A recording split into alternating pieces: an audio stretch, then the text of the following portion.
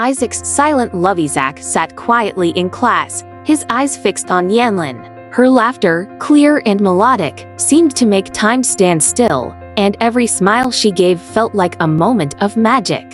She was everything Isaac wasn't: confident, outgoing, and adored by those around her. He, on the other hand, sat alone, consumed by insecurities, invisible to everyone except himself. He longed to be the one to make her laugh, to be by her side during her happiest moments, but he never could. He wondered what she might think of him, the shy, quiet boy who never spoke. The idea of approaching her seemed impossible, as if the very thought of it would be an act of rebellion. One day, as he absent-mindedly wrote in his notebook, he dared to scribble her name in the corner. But just as quickly, he erased it, too afraid to even claim that small connection to her. His heart ached with the thought of her. How would it feel to be seen by her the way she saw her friends, with affection and care? But Isaac knew that could never be him. Lunchtime was always the hardest. While Yanlin laughed and talked with her friends,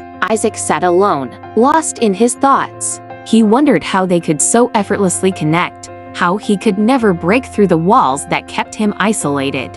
He'd scroll through photos of school events, seeing Yanlin at the center of every picture, surrounded by people who loved her. His heart ached at the thought of being invisible. As he walked home, he questioned if he should ever speak to her, but fear paralyzed him. He couldn't bear the thought of rejection. He had spent years hiding behind walls, afraid to expose his vulnerability. But the more he stayed silent, the more he realized he was only keeping himself from the possibility of something more. The next day, as he walked through the school halls, something unexpected happened. He saw Yanlin. Their eyes met, and for a brief moment, Isaac felt frozen. But then, she smiled, a soft, genuine smile, and spoke to him. "Hey, Isaac," she said, her voice kind and warm. "How's it going?" Isaac's heart raced. He hadn't imagined this, her speaking to him, letting him into her world. Hey, I'm good. How about you?" His voice trembled but grew steadier with every word. "I'm good too," Yanlin replied with another smile. "We don't really talk much. Maybe we could hang out sometime?" Isaac could hardly believe what he was hearing.